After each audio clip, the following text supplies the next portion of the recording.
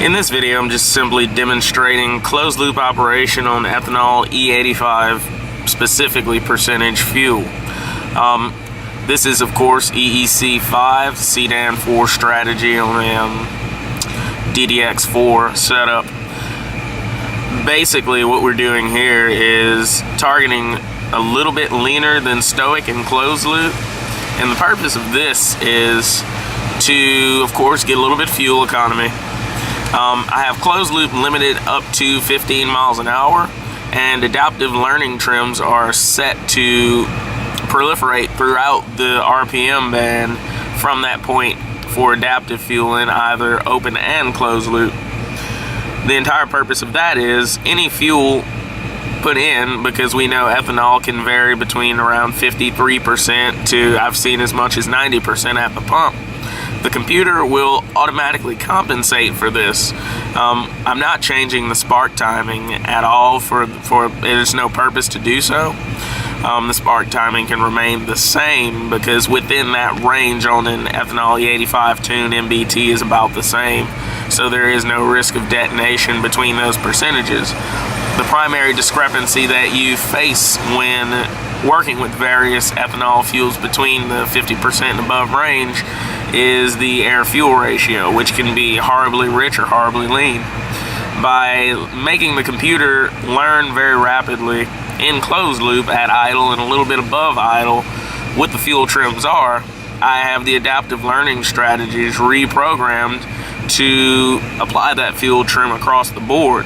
So that means at wide open throttle as well as any part throttle load situation, the fuel trim is adapted for the change in the fuel content.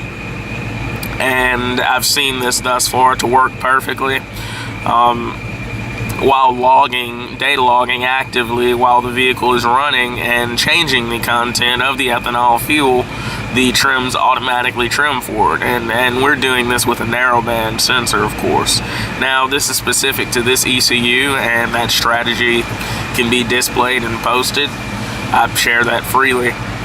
The entire purpose of this, of course, is not using the closed loop throughout the RPM band, because we want to target a lot more leaner than stoic during cruise, which is how we're keeping fuel economy between gasoline and E85 or any other ethanol blend within 10%.